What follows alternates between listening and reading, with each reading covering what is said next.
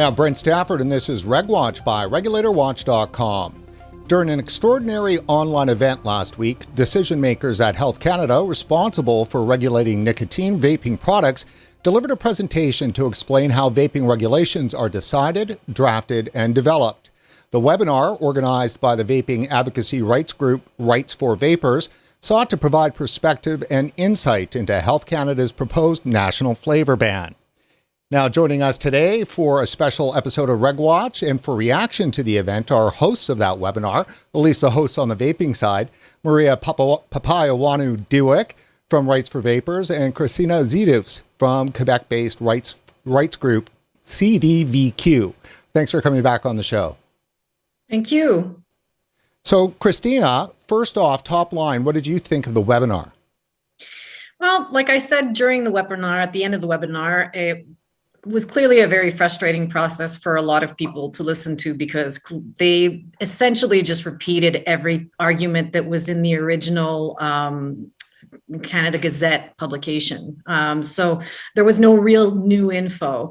And the questions that were submitted, let's just say that they were very imprecise, and very broad in their responses. So there's obviously dissatisfaction, I think, by many people with the answers that they got. But on the positive side, this is something that Health Canada has never done. And so that's testament to the incredible effectiveness of the campaigns that we've been waging. I think that we've been forcing their hand a bit. I think that they're starting to feel the pressure. And I think for me, that's the victory that webinar represented. And Maria, what did you think top line? We've lost your audio, Maria. Oh, can you hear me? We can now. Did you say Marina? Sorry, I did for a second. Yeah, sorry, Maria. Okay, that's no problem. First of all, I was just so happy it actually went through. Like, I'll be honest, I was like, oh my goodness, maybe they're going to cancel last minute. Like, I was just waiting. And as soon as, the webinar went live, I was like, okay, we've cracked open the door. And at the end of the day, was it exactly what we wanted? No. To me, it was step one of continuing to build something where we can start pushing to get stronger responses to the questions. I think for a first time, it was a very detailed about how the process happens. I think the answers were wishy-washy. They weren't precise for the specific questions. But I don't think Health Canada, and this is where I can, I'm the one that emailed and said, please do this. I should have been more upfront and explained the knowledge base, how informed many of the people that are going to go on this, how experienced they are, how well read, how well versed.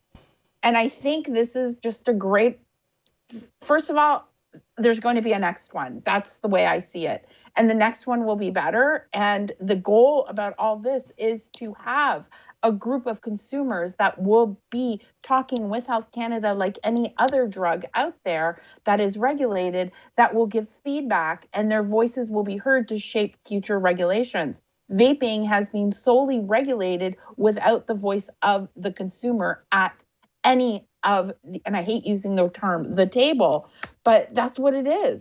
So, you know what? Whatever it needs to do to get to that end goal of having consumers at that table, I'm going to continue to be part of that. I won't be at that table. I'm not considered a consumer, but I hope people like the Marianne Burts, the Janines, everyone we see on Twitter will have an opportunity to be there. So to me, I thought it was the fact that it happened was wonderful and it was amazing. And for full disclosure, I take things so personally. I was like, oh my God, I failed when I saw everybody complaining, but I did take a step back and I realized this isn't about me. Drop my ego. I would have had the same frustration.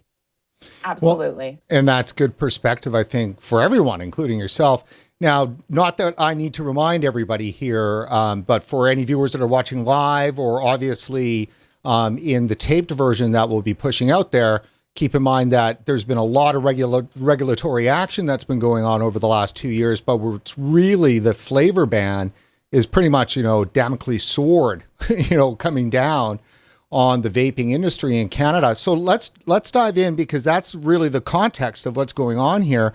If Health Canada hadn't spent any time seeking dialogue to a large extent with more of the general public, which kind of what this webinar is very public facing. It wasn't just advocacy groups and so forth. So what is it about their need to do that? I'm hoping that we might be able to find, glean a little bit of that out. So we've prepared some soundbite collages here from the webinar. We're not going to replay the whole webinar, but some good chunks that we can share with the audience and then talk about. Let's listen to the first one. Welcome to this webinar on the regulatory process, how vaping regulations are decided, drafted, and developed. Bienvenue à ce webinaire sur le processus réglementaire, comment les réglementations sur le vapotage sont décidées, rédigées, et développées. So my name is Sonia Johnson. I'm the Director General of Health Canada's Tobacco Control Directorate. Hello, everyone. Great to be with you today. My name is Laura Smith. I'm the Director of Tobacco and Vaping Policy. Je suis la directrice de la politique sur le tabac et les produits de vapotage. Bonjour à tous et à toutes. Mon nom est Denis Chouanière, directeur du Bureau de la réglementation des produits du tabac au sein de la Direction de la lutte au tabagisme. Denis Chouanière, Director of the Tobacco Products Regulator Office in the Tobacco Control Directorate. So we know that there has been a rapid increase in youth vaping that we've seen not only in Canada, but that has also been seen in the United States. And so while we recognize that there's no single factor that has been responsible for driving that observed increase, there is research in this area that identifies the availability of a variety of desirable flavors as one of the key factors responsible for this increase.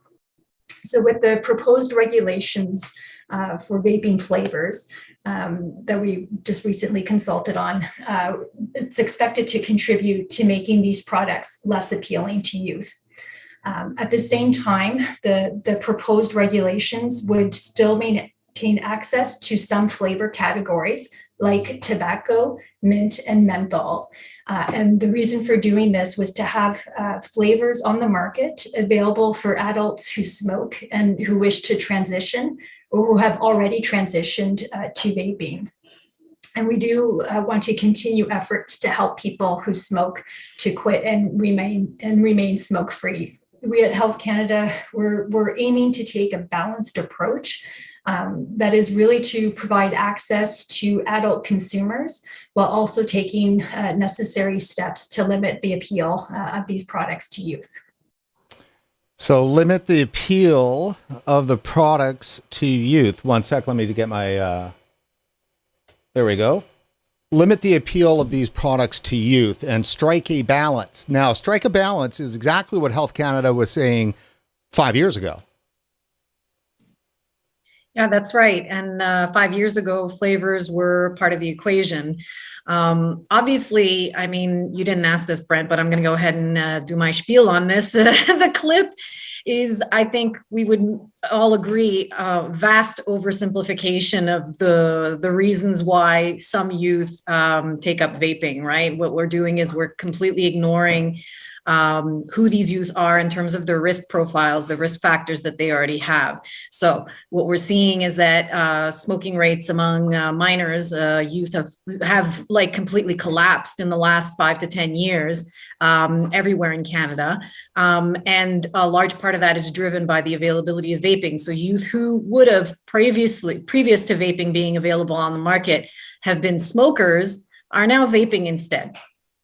Now, obviously, it goes without saying that nobody wants youth to be either smoking or vaping. But if they were going to be smokers, then vaping is clearly the better option from a public health perspective.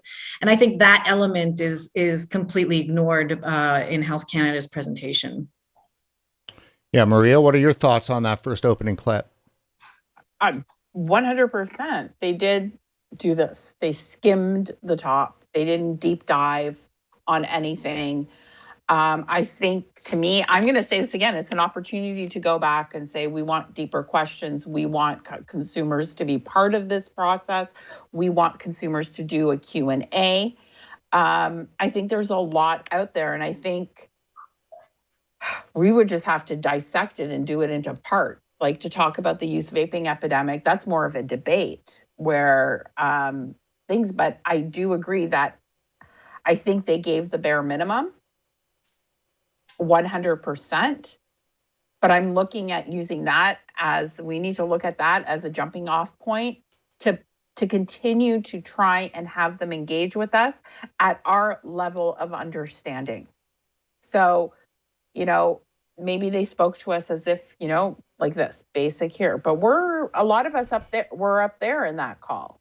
So it's time to up the bar, up that conversation and have a little bit more of a challenging. And I think something like that can be challenging is, I don't know if a public forum is that place, or doing what they do for safe injection sites when they're talking about cannabis, get the end user in there. And to me, that is the biggest push, is they have a scientific advisory board. They need to have an end user advisory board, because the science is only as good as the people who are creating the science. Like, you can't have science if you're not talking to seniors. You can't have science if you're not talking to smokers. And if we have that voice and we can say, it's like, where are the studies you're using for end users? Why aren't you, spending more money on that? All the money is continuously being spent on youth epidemic. We're not looking at any of the other science. Now, we're going to find here that it was fairly easy to pull out some juicy clips that might show some hope around Health Canada. And I do agree that there's a lot of hope in having Health Canada do this. I mean, actually, I'm a bit stymied by what their motivations are for participating and what that might say in terms of the potential pushback they've been getting, not just from consumers and industry on the flavor ban, but also to potentially from colleagues. I know that, everyone knows we interview all these, highfalutin researchers all the time.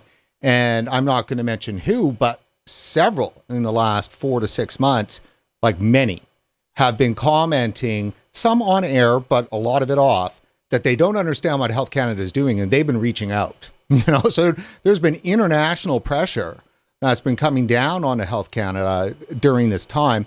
I just wonder if any of that has something to do with it. A couple of those juicy nuggets, this one of them. Oh, wait. Before you say something, I want to reiterate what Christina said off the top. One of the largest pressure is the consumer pressure. They repeated 25,000 unique submissions.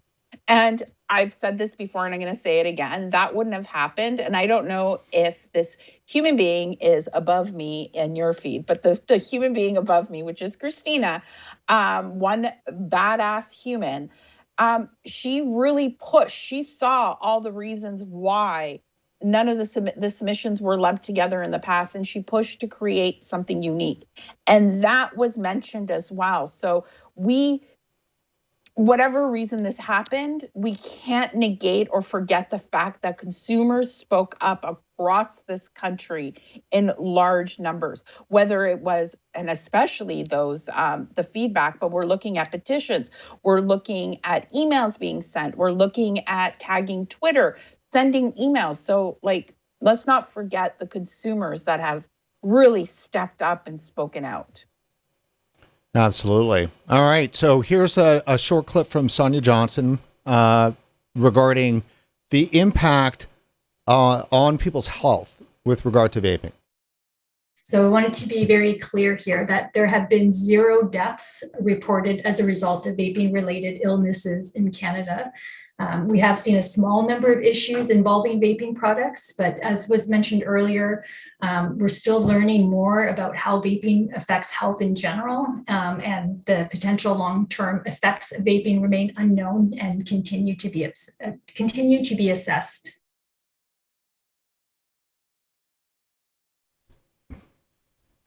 To the point that you made, Christina, right off the bat, the premise behind all of this regulatory action is this teen so-called epidemic, but that was in 2019, and it seems like Health Canada is frozen in time. That certainly was clear to me watching this webinar, is that it's like everything moved to 2019, and then from then on, That's it. They're not taking any new data into account. Did you get that sense? Yeah, I absolutely did. I think that, and just to kind of add on to that, what keeps getting lost in the conversation, and I think it's shocking, is that tobacco is the leading cause of preventable death and disease in Canada. There's literally nothing else that kills more people that's preventable. It's tobacco use. And the number of Canadians that die every year is shocking. And it looms over and is far greater than other causes of death, like car accidents and murder and all the other things that people tend to over exaggerate in their minds. But in fact, it's tobacco use. And I think that's actually part of the normalization of tobacco related deaths and disease. They often talk about the renormalization of smoking through the act of vaping, but we have no evidence of that because smoking rates keep dropping for all the age groups. But what we do have is the complete ignoring of the devastating impacts that smoking does have on our population. And I think that to me is unacceptable. I completely sympathize with not wanting to, just sit by and let things happen when it comes to kids picking up vaping. But that's an education campaign. That's you do a good, proper education campaign. You make it a boring harm reduction device that adults use who are former smokers. What could be simpler than that? Nobody wants to do that. But if you keep promoting hysterical media coverage of exaggerated harms with regards to youth, all you do is make that product a lot more appealing to youth who share those risk factors, who are prone to risky behavior. Maria? Yes. Well, I was hoping you might have something to add to that. That is shocking that I would hand you the mic and you've got nothing to say. So then go ahead. Here, I'm going to say something. I think I was at a meeting with, the people who invented 5x35. They were all there applauding themselves because what wasn't mentioned was that we've hit below 5x35 in youth smoking. So those targets have been hit, the 5x35. There's also a big movement to remove the word smoke and use nicotine. So, and you could hear it happening. There was a big movement to lobby Health Canada to ensure that, they're stricter on vaping and just offer not even mint. So it looks like tobacco control has, an alternative motive. And I don't know, the way I see it, and the thing is you get rid of flavors, you increase smoking. And I think we need to have a proper study done. I think Health Canada should have looked at what the results were by the nicotine cap and then taken a pause. But this was back to back to back. It was disappointing. I think the biggest bombshell was 0 people have died of vaping. Yeah. And it was just a full stop. There was no but. It was 0 people have died of vaping. I'm very conscientious of the word but. Being in recovery, we're told we're not allowed to say something and use the word but when we apologize or make a statement because it negates everything that you say beforehand. So that's something that I'm always trying hard to pay attention when people are communicating with me. They made that as a full stop. And that was probably the only question they answered precisely. Yeah, they answered it precisely, but they don't do anything in terms of clarifying that information to the general public. The work of the public health authorities should be to make that as clear as they did in the webinar to the public at large. So every time there's a new scare story about vaping, where is Health Canada in terms of highlighting that? They'll point to a paragraph on their website, but that's just not adequate, and to bring up a bit of an old story for those of you who might know this detail, we've been waiting on a list of relative risk statements for years. Those relative risk statements were promised to us by Health Canada years ago. And not only have they not happened yet, but it's as if it never happened. They completely removed all mention of that from the universe, from their website and everything. And it just doesn't exist anymore. Why? Why do that when you acknowledge yourself that the public is like vastly misinformed about the relative risks of vaping versus smoking? And let's actually, I've got that by isolate. There is a court case, though, because someone actually sued Health Canada. So they can never be removed. It might be removed from their website, but right now they are waiting for, I don't know when, I think they got a court date and they're heading to court. They're collecting their affidavits. And for the first time ever, once that becomes public, we'll understand where our government, where Health Canada stands when it comes to vaping in a very different perspective. So I have, it was Laura Smith, who is, I think, new to the file. 2 months. 2 months. And this will be the first time that we've played her in this episode. Let's take a listen. We know that the public perception of health risks of vaping is somewhat muddled. Our own research through the 2019 Canadian Tobacco and Nicotine Survey found that a majority of Canadians thought that using a vaping device was either about the same as cigarettes in terms of harm or didn't know. So these responses show us as Health Canada that there is a continued need for public education in this area. We have this information on our website, but evidently we have a bit more to do so that Canadians who smoke are aware that while vaping is not harmless, it is less harmful than smoking cigarettes for those people who quit smoking and completely switch to vaping.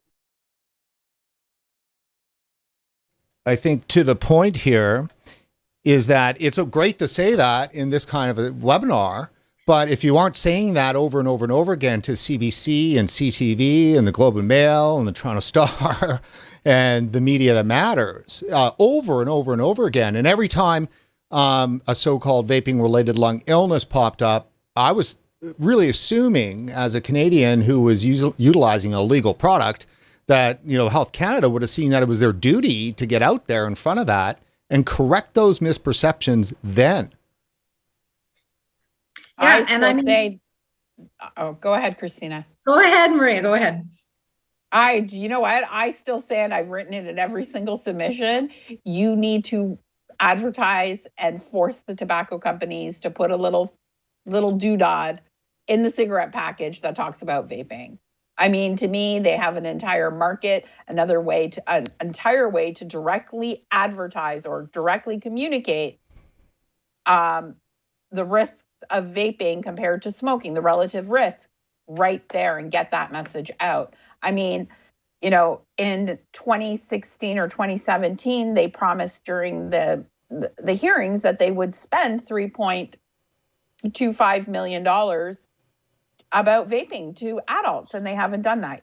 So we will see.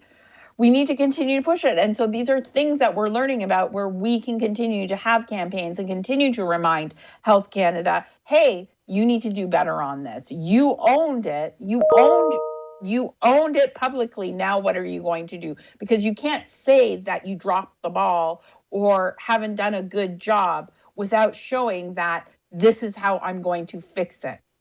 That's just, apology 101. Yeah. And what I was going to say is just that let's not be naive. Health Canada knows quite well how to run a public education campaign because they are doing exactly that with regards to youth vaping.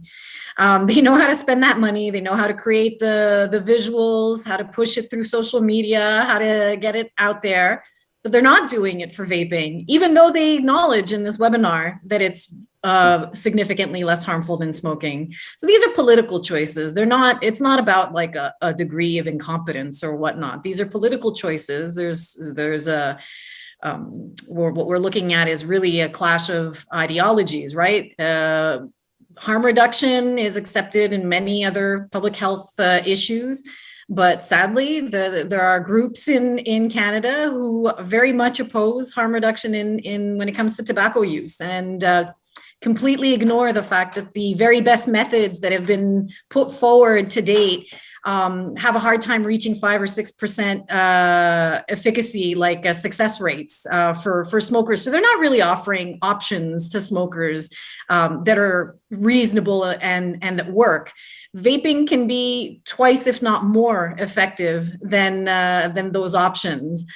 So clearly, smokers' lives don't matter to the people who are pushing these anti-vaping campaigns.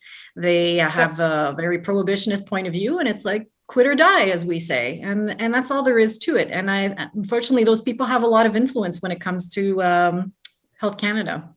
Now, speaking of health. Oh, wait a second. Sorry, I want to say something before we finish. I had an aha moment today when I was writing a tweet. And I realized this, and I have been guilty of doing this. And here's the thing, is that when we talk about people who smoke, we call them smokers. They are not a noun. They are participating in an action. So I was literally writing this tweet, and I said, I saw a smoker. The definition, there is no definition of a smoker. You know what I mean? So we have I personally have work to do, because it is people who smoke. We are not our action. Yeah, that's actually a very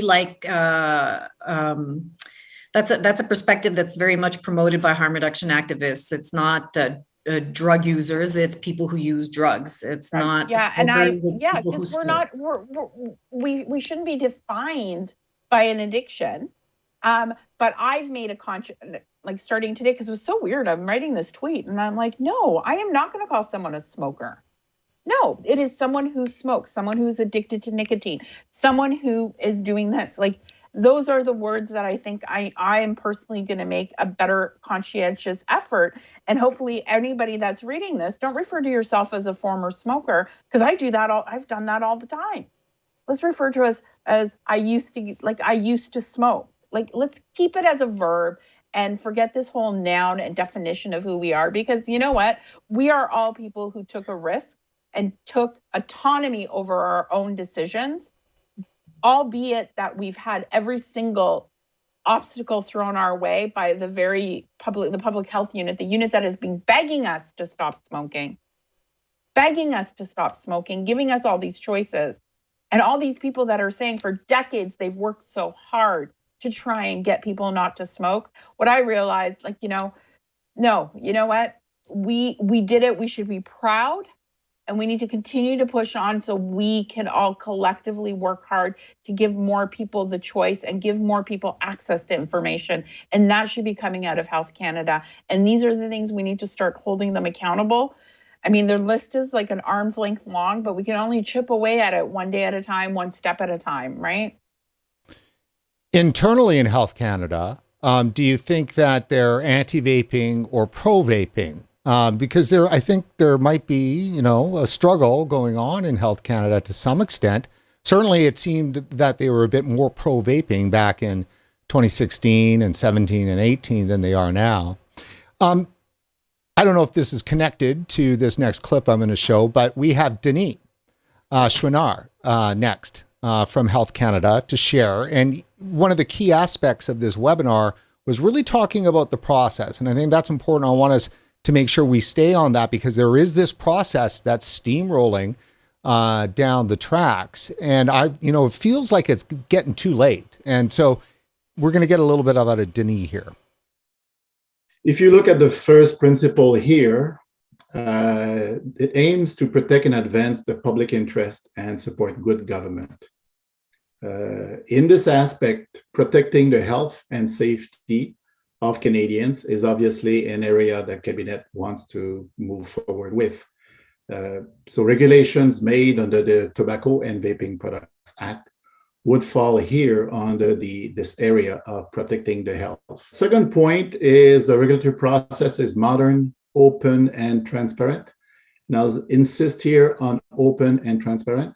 So there are obligations put on the government of Canada to make sure that when there are regulations that are in development, that it's communicated to the public, and that the public interested, mainly the interested public, is aware of these consultations and are given an opportunity to comment.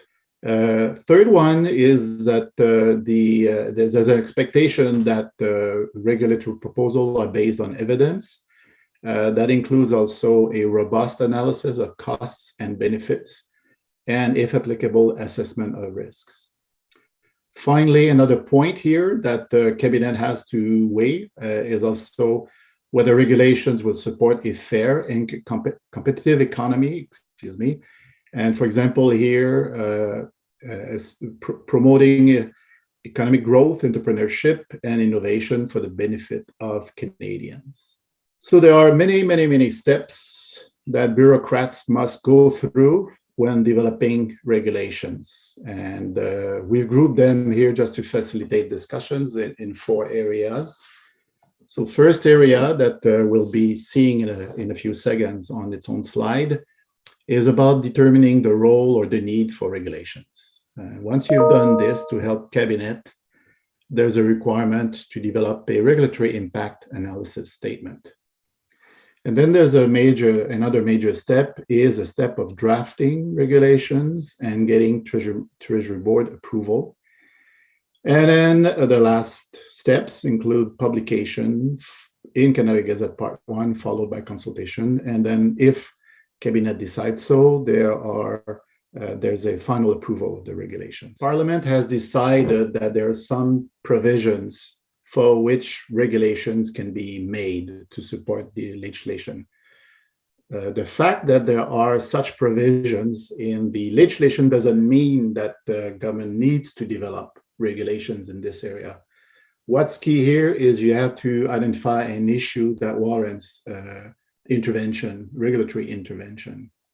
So that's a main point here is there an issue and what is this issue?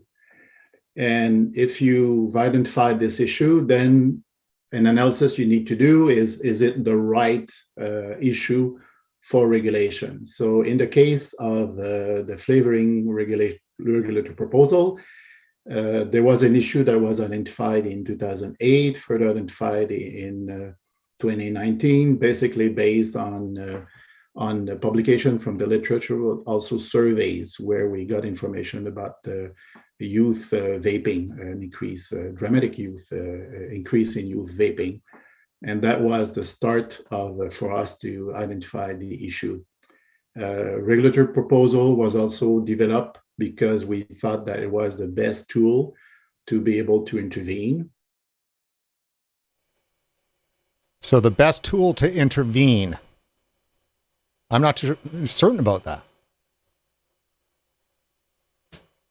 Well, I mean, it's an explanation of why they've done what they've done, right? And I think it comes back to what we said earlier, which is the situation really so severe that we're willing to sacrifice a tool that could effectively reduce smoking rates among adults, right? And for a small minority of youth who, in all likelihood, would have been smokers if vapers wasn't there. If vaping wasn't there. And that's the thing, right? It's all about how you frame the problem to begin with.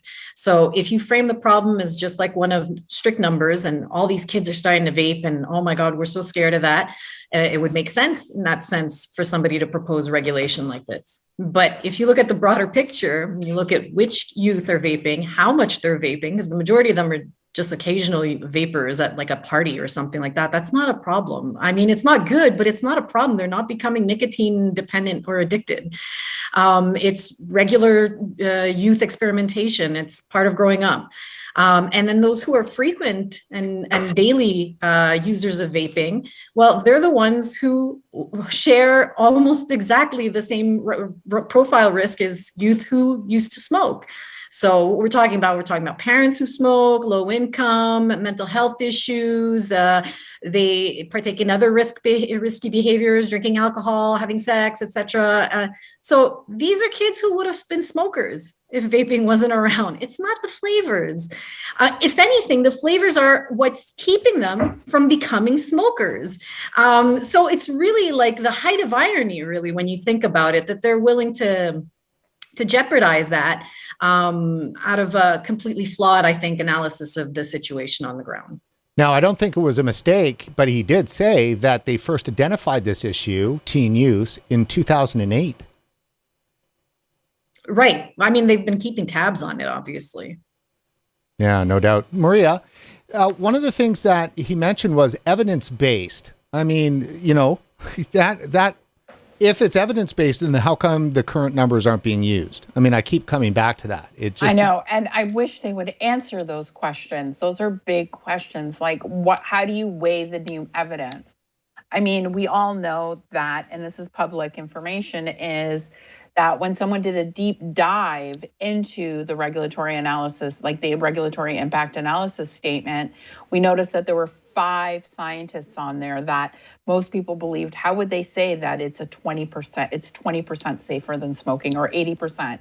And 2 out of those people that they say support our claim, and again, I'm not using the right words, came out and wrote a proposal to Health Canada, you know, saying that this flavor ban is wrong. So there's a lot more in there. There's a lot more inconsistencies. There's a lot more that maybe we don't, like, maybe they may not have came out and said it, but there has to be a bigger reason why, you know, things aren't moving as quickly as the nicotine cap. Well, allow me to bring this up. Like, in the regulatory analysis and the impact statement, they make an argument for the saving of lives because people die from vaping. That was the critical, and it was to the point where you're talking about that potential study or research that was mentioned in that one citation. So if the Director General of the Tobacco Control Directorate is publicly saying there have been 0 deaths, then doesn't that gut a portion of the benefit that they were hoping to get, gain from moving people off of flavors? Well, yeah, I agree. I think we also need to look at is that I can never say her name, but the top dog, that's what I'm going to refer to her as, recently joined Health Canada.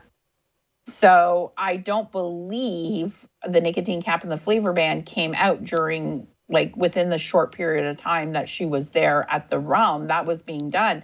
And if you look at the people who were there talking to us, 2 out of the 3 were not there in Health Canada in this role in 2020 or in 2019 when all this went down. Only one person, and that's Denis, has been inconsistent. And Denis is a staunch supporter of, tobacco control. And albeit, all the more power to him. I respect and value people's position, just like I expect people to respect and value my position. Treat people the way you want to be treated. But we're looking at two new set of eyes that have fallen on here since 2019, since this youth vaping epidemic. I don't know if you guys are going to see me, but I'm using air quotes on that one. Well, I'll be right back to you in a sec. Well, and that's a good point. I want to thank Select Vapes for supporting this episode, really helped make it happen.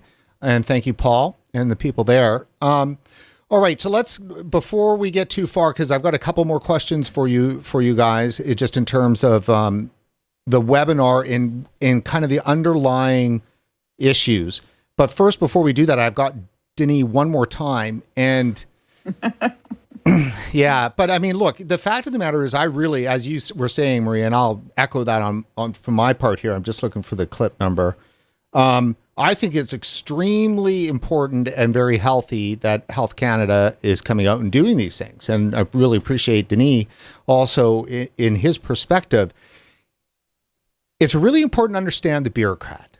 And when you get a chance to actually see bureaucrats, in their realm, but outside of it, because they're obviously stretched when they're, talking in environments like this, I think that's really important. And so this is a really good clip. I'm not going to say anything more to set it up, but I think it's very interesting. So let's go to it.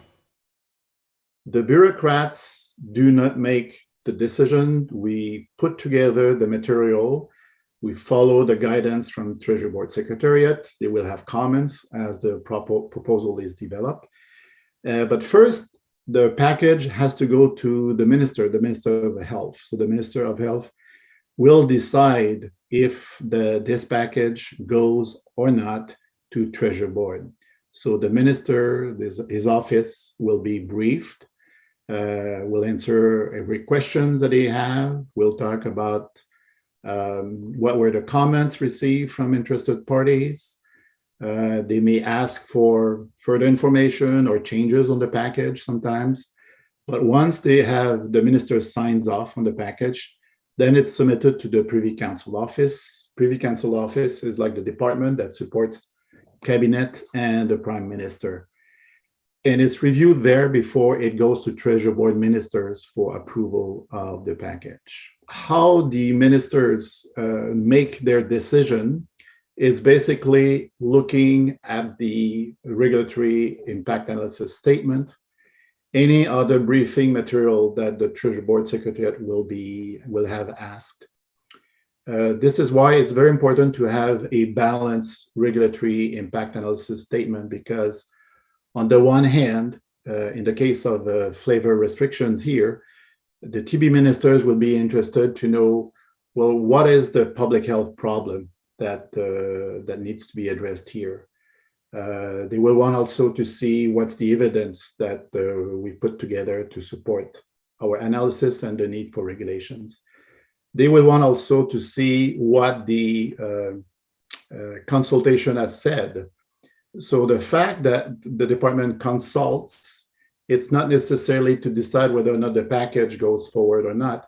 It's to be able to show in the first hand to the minister what the impacted Canadians have to say about the regulatory proposal. And it's going to be the same thing for the TB ministers. They want to see what all Canadians have said. So those who are against the proposal, why are they against it? Those who are for the proposal, why they are for it. And there's also the cost and benefits analysis that will help also balance all the key guiding principles that I mentioned earlier.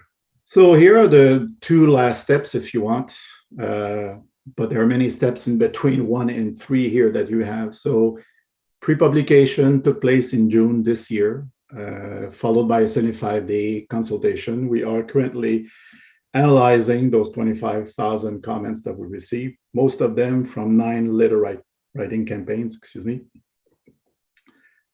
If need be, there'll be adjustments made to the proposal, changes, and then the minister will have to consider the regulatory package that will be put together. And if the minister decides that this goes ahead, then it will have to go to Treasury Board, the ministers again for decision. The step between 1 and 3 here could take anywhere from typically 6 months to 24 months or even longer from past experience. So Christina, first with you, and then Maria, I see that you've got something. So Christina, yeah, it sounds like that this could take a lot longer than we think. Did you get the same thing there? Your audio? Sorry.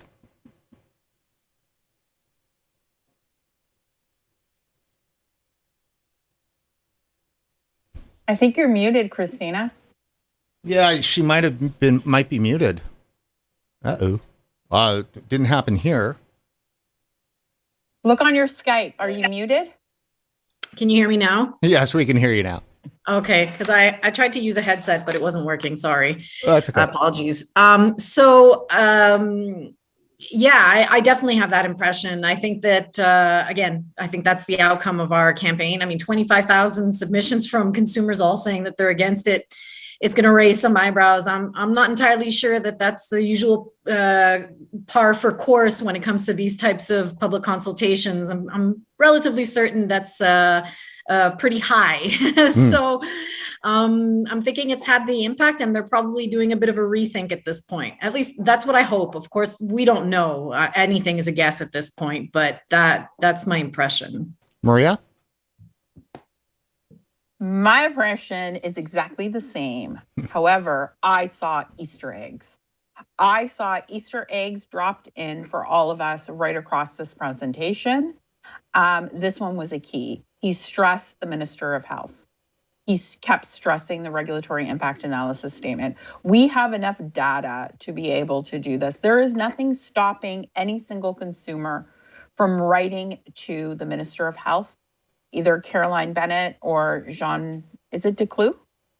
Did I get that right? Duclos? Jean-Yves Duclos. Jean-Yves Duclos, which I really want to tell everybody that Christina marched her butt right up to his office during Vape Tour 2021. And you know what? She went in there fearless and just spewed everything for vaping, which was honestly, that was kind of cool that we did that. And he ended up being Minister of Health. I mean, you know, whatever, you go there, there's going to be a memory somewhere down the road when this becomes a bigger and bigger issue for his office. I think we need to figure out how to communicate in a respectful and impactful way with the ministers, because it literally seems like it all lies in their hands. We do know that some people have written to the Minister of Health. We're going to get those up on the Rights for Vapers website to be able to share and hold them accountable. That's kind of the only way that we can participate in this process, is if you do write something to one of the ministers about your journey. There's nothing wrong with saying, I'm afraid of this flavor ban. This is what's going to happen because of this flavor ban. You can write to your Minister of Health or Minister of Addictions and Mental Health. It's either Caroline Bennett or Jean-Yves Duclos. I think I'm going to get that eventually. That to me was the biggest takeaway from it. The other takeaway was 25,000. 25,000. He did say from various online campaigns, but that doesn't mean that they still have to read them, because it was created for everyone to write a personal submission. And we saw so many of them come in through Quebec while we were on tour, where Christina took the time, she sat down, she encouraged people to write what they wanted to write. And there's nothing wrong with sending an email to these ministers, guys. Use your voice. It's so important. I don't believe that this will happen. Well, obviously they did say it's not happening January 1st. So we know that. So we can kind of not be afraid of a flavor ban coming January 1st. Well, let's before we do that, let's actually have Sonia Johnson tell us that, because it's a very short clip and I do have that right here. And I think it's important to hear that from the person in charge. One question that I've received before that I just wanted to make sure that we tackled here was in terms of timing. There seems to be a misconception that January 1st is when flavor restriction would come into place. I saw a media article related to that. And as Denis pointed out in his presentation, there's a multitude of steps that have to occur before publishing final regulations before they're implemented. So just wanted to clarify that January 1st isn't a magical date when things may occur, when restrictions may occur. So just to be clear, we just wrapped up the consultations in early September. We're going through the analysis process, and there's a number of steps that need to happen before, should we get to that final regulation. Should we get to that final regulation? Easter egg.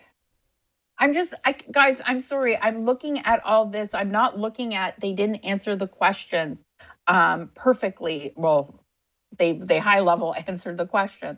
I'm listening to like the things that they're saying. That question wasn't part of it. They chose to put that question in. The question was originally someone asked, when is this flavor ban going to happen?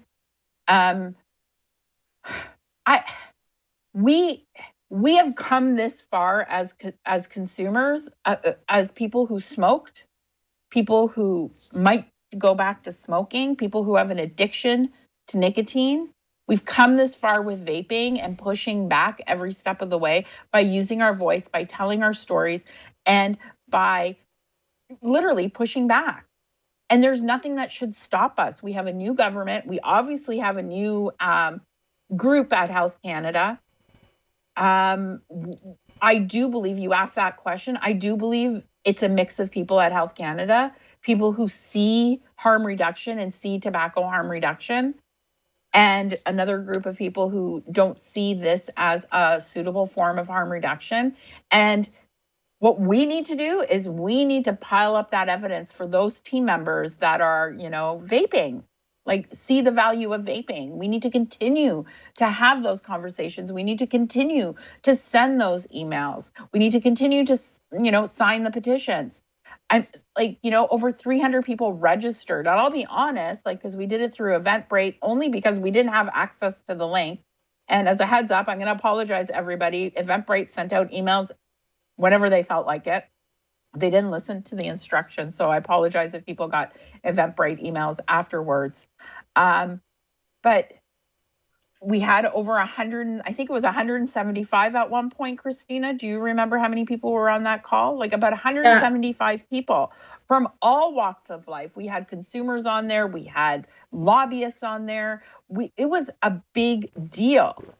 You know what's going to be the biggest deal is when we get that second webinar and where hopefully, fingers crossed, they'll engage with the people on the other side.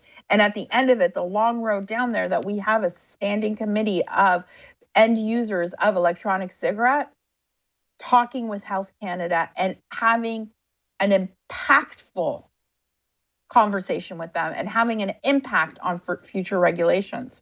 It's hard because it's not just the pipes and, the smoke-free physicians. There's tons of children's doctors that are probably lobbying Health Canada.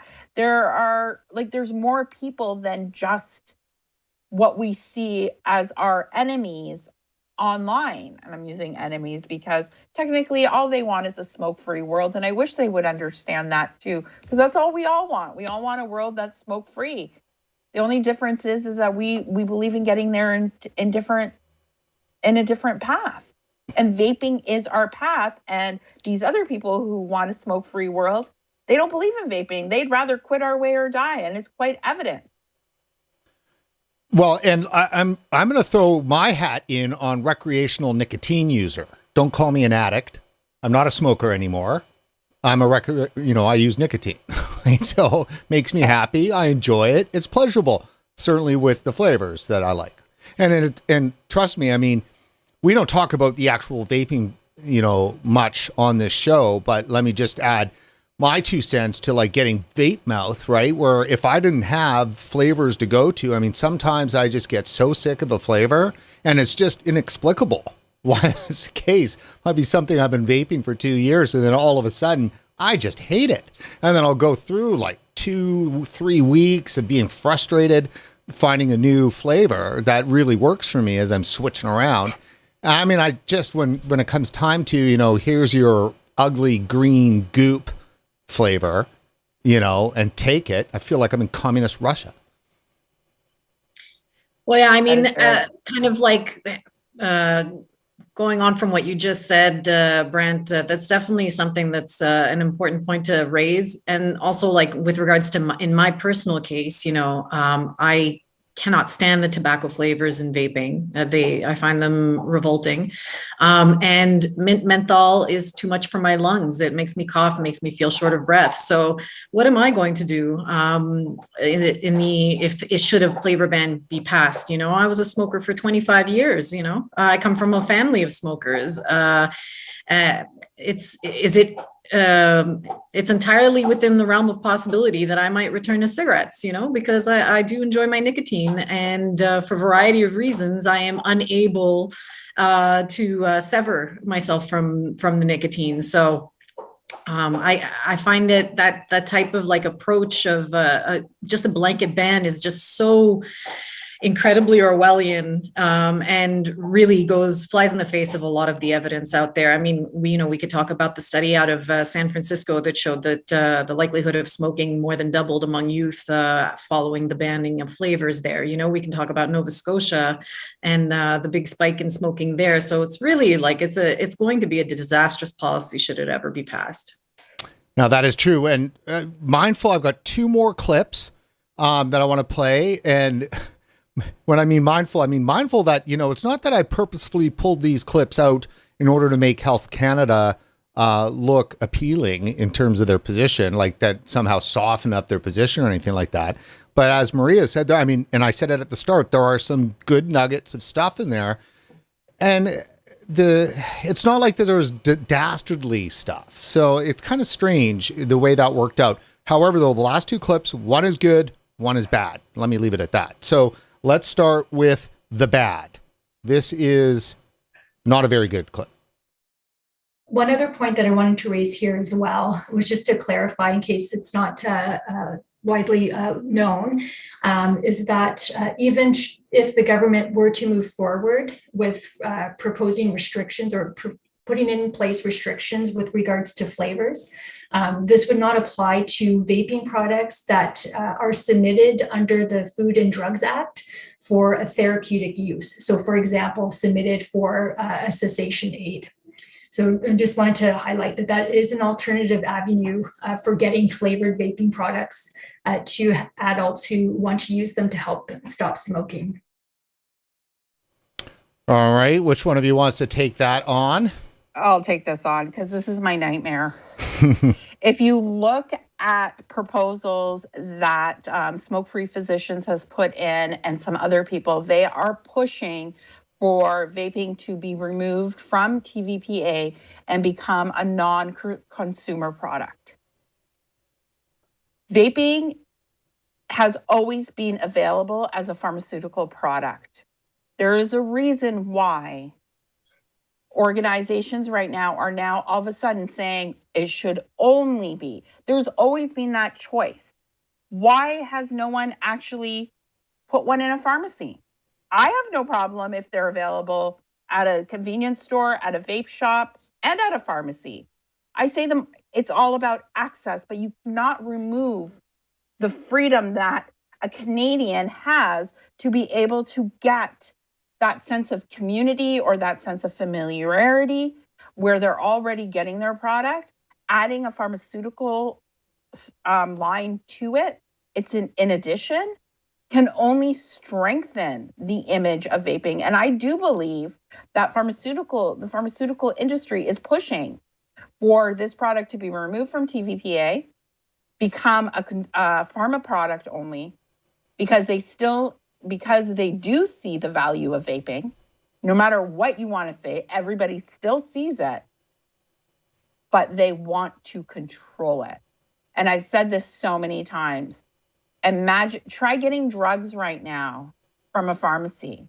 You wait a half an hour to get your medicine and they spend 3 minutes with you.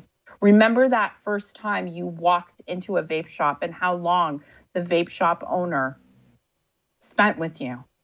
The pharmaceutical industry does not have pharmacists do not have the capacity or the time to be able to help people through harm reduction. Although they say they do, there is something different when someone like me, when someone like Christina takes the time to listen and empathize, because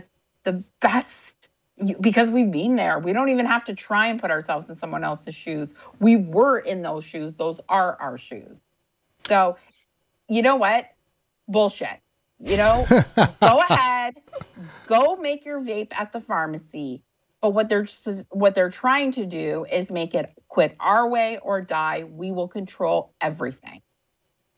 Right. So just to add a little bit to what Maria just said, I think the obvious argument here is that if flavors can be added to a prescription vape device, then clearly there's not a problem with flavors per se, in terms of a health perspective, because that's also a red herring that's often bandied about, that we don't know what these flavors can do in terms of health, because really we do. What we know is that it's, regardless of the flavor profile, it's always less harmful than smoking combustible tobacco. There's no doubt about that. And then making it prescription only, of course, nobody's against prescription devices. Absolutely. If anything, it just reinforces the legitimacy of the product and could help change public perspective on it. However, removing it from a consumer perspective, from consumer available points of sale, is a disaster, because tobacco is available everywhere. And it makes no sense. It would make about as much sense as saying that that for people who don't want to continue to eat fast food, highly processed foods that they need to get a prescription from their doctor in order to get their vegetable. Like, it makes no sense. You should have those things available, the safer, less harmful options available, as long as the most harmful option continues to be sold as a consumer product, literally 5 minutes from anybody's doorstep. So it's just completely ridiculous. And the flavors, of course, are key, because we see, just like John Britton, I'm going to paraphrase him now, John Britton makes it clear, anything that you do that reduces the efficacy or the palatability of vaping products to the consumers is, in essence, an endorsement and an encouragement to more smoking. And that's it. That's all there is to it. So I think that this is all a red herring. Prescription products are fine. And like Maria said, nobody's stopping them. Let them put out their prescription products. But that has nothing to do, absolutely nothing to do with its availability as a consumer product and as a harm reduction device, because a medical product is going to make claims about cessation. But we're not only about cessation. Cessation happens to be a very high compared to other NRTs and other prescription methods when it comes to vaping. There's no doubt about that. But even for those who don't quit, or don't quit as fast as NRTs would want them to quit, as long as they're reducing their harm, that is a positive. That's like a keystone factor in harm reduction approaches. Every improvement is something that's worth celebrating. So every reduction in smoking, all of that stuff is valuable to the person, obviously, whose life and whose health is at play. And I just don't want us to get that twisted. So this last clip goes to that point that you were just making, and it's Health Canada. What they're about to say here is a bite that should be played on every news channel in Canada ad nauseum. And that might just help a little. This needs to get out there.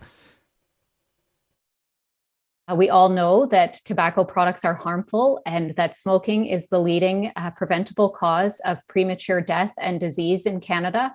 The government of Canada is committed to protecting the health of all Canadians, including helping them quit tobacco. I wanted to point out one of the things the Tobacco and Vaping Products Act did was create a legally defined category of vaping products. So we at Health Canada recognize the potential of harm reduction to help people quit smoking, helping those who can't or won't quit using nicotine to identify less harmful options. While quitting smoking is the best thing you can do to improve your health, we recognize that for those people who smoke and completely switch to vaping, vaping is less harmful than smoking. We've said this in the public domain for several years now. Vaping products expose users to far fewer toxic chemicals and substances than conventional cigarettes. However, vaping is not harmless. While it has been with us for more than a decade, it's not a lot of time to generate the kind of evidence that would be needed to support a precise description of the relative risk. As well, the products have evolved, and there is a lot of variation in the products and the way people use them. So vaping does have risks, and the potential long-term effects of vaping remain unknown and continue to be assessed. This is one of the reasons that why we at Health Canada, as well as our colleagues at the Canadian Institutes of Health Research, established a scientific advisory board on vaping products.